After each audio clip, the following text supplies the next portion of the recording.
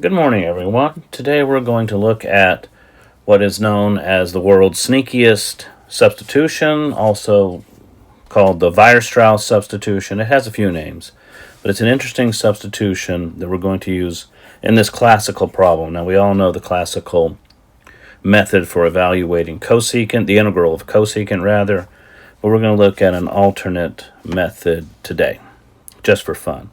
All right, first, let's go ahead and recall that cosecant of x is 1 over the sine of x.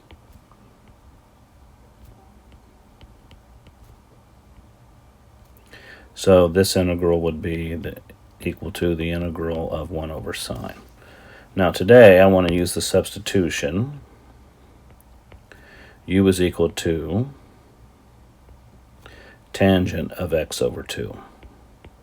And it's interesting because nowhere in this problem do you see a tangent function. All right, first let's calculate our differential, which we'll need a little bit later in the process. Now we know the derivative of tangent is what? It's secant squared, and we have the chain rule. So it'll be secant squared x over 2 times 1/2, that's the chain rule part, dx. Now what is secant squared equal to? That's equal to 1 plus tan squared.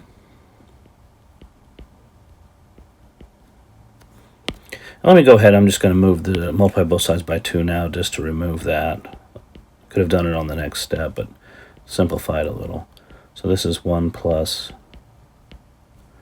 tangent squared x over 2.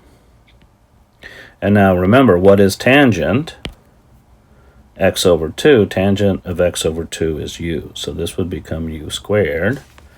And if we think about it by multiplying both sides by 1 plus tan squared x over 2, 1 plus tan squared x over 2, we would get 2. And I don't really like mixing the variables in this way. I'm going to go ahead and do it just in the interest of, I guess, time.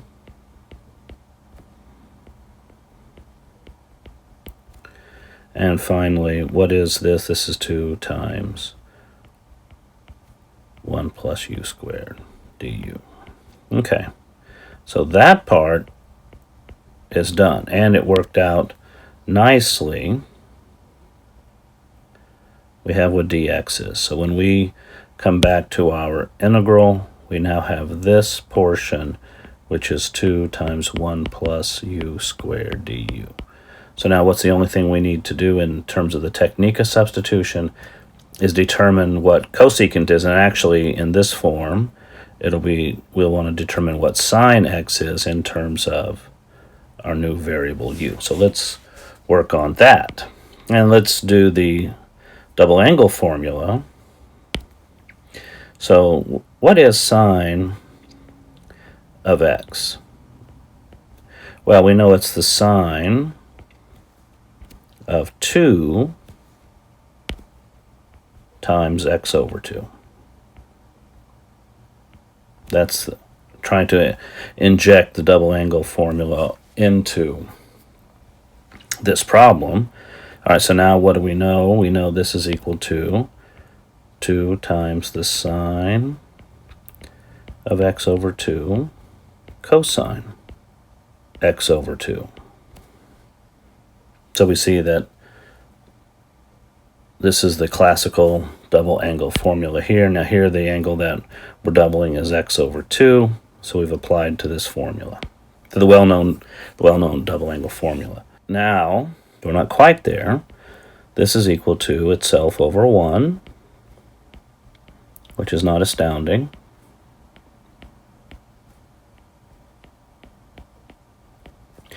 But instead of writing 1, which it is, anything is itself over 1, correct? We're going to put in the well-known Pythagorean identity. This is cosine squared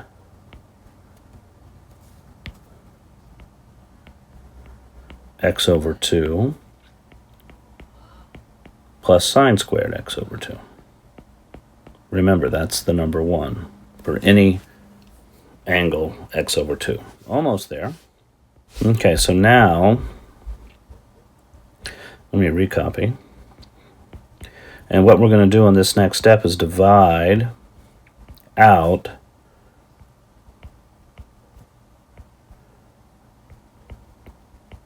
cosine squared of x over 2. I'll show you what I mean by that. Because I want to get tangents back into the problem so that I could use our original substitution. All right. So I'm going to multiply by the number 1. And the version of the number 1 I'm going to use for this problem is 1 over cosine squared x over 2 over itself.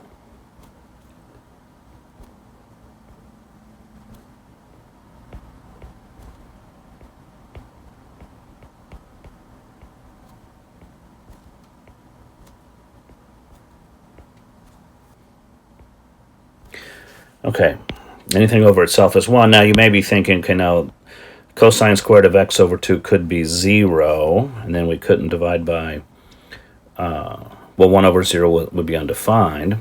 We can look at that restriction, but when cosine of x over 2 is 0, where would that happen? At the odd multiples of pi.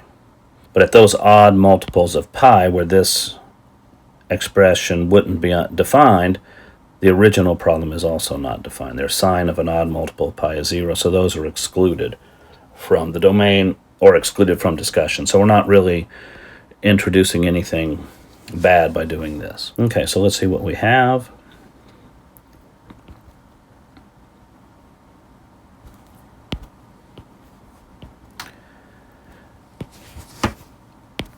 And here we would just get 2. One of the cosines will cancel, leaving 1 on the bottom.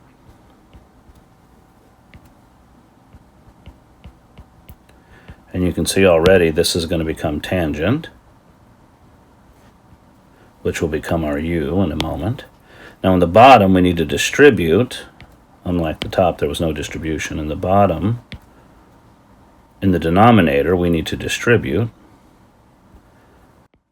So let's do that.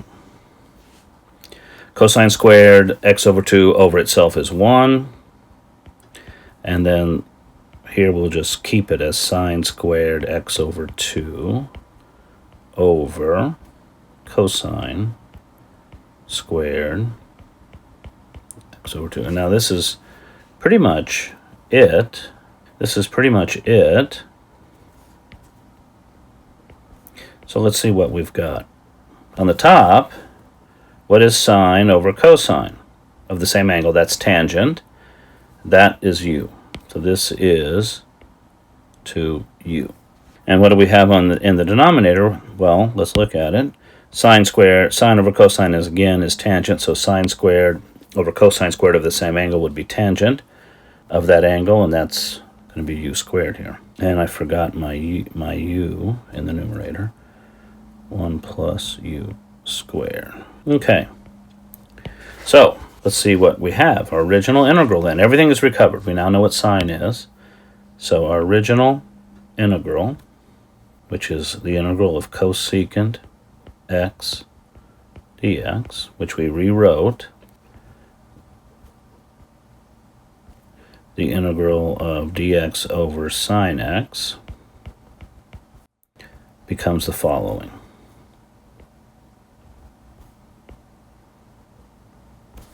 So sine, in terms of u, remember, let's just record this, it scrolled off the screen. U is equal to tan x over 2. And we had that, we computed that dx, if my memory is correct, was 2 over 1 plus u squared du. All right. So from right here, we know what sine is. Sine is equal to this. So sine of x is 2u over 1 plus u squared. Dx is 2 over 1 plus u squared du. We can actually write the du here. Let's do that. It's a little better.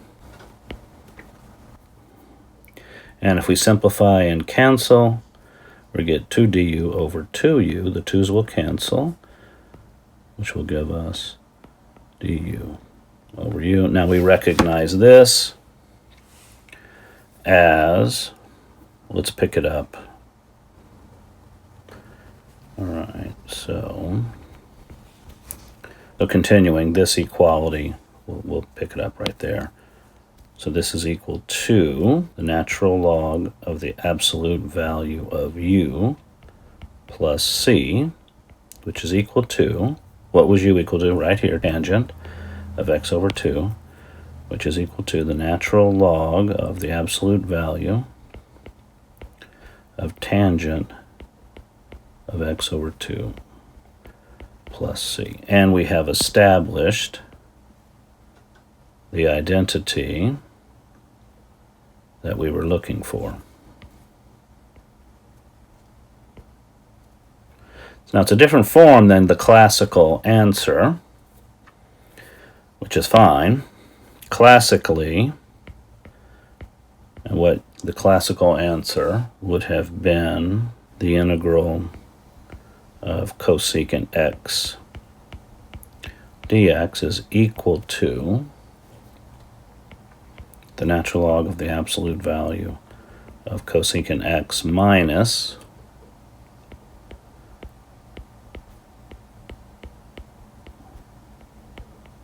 but these are equivalent answers. Now one has a half angle, which may or may not be preferred. It certainly looks simpler in this form, but if you don't like the half angle version, then this is what you would have, which is the classical version. But the point of this video is to show you the alternative way and to show this sneaky substitution that can be used really to solve any problem, any function expression of sine and cosine. This is actually, Euler knew it. Legendre, I think it comes from Legendre in the 1800s, maybe Euler a little earlier, but Weierstrass as well, can solve any problems of that form. So if you have a rational function in sine and cosine, you can use this substitution to convert it into a rational function in u, and then attempt to evaluate that function without the sines and cosines present. I hope you enjoyed this video, and we just reviewed the world's sneakiest substitution, as it's called, namely u equal tangent x over 2. We'll see you next time.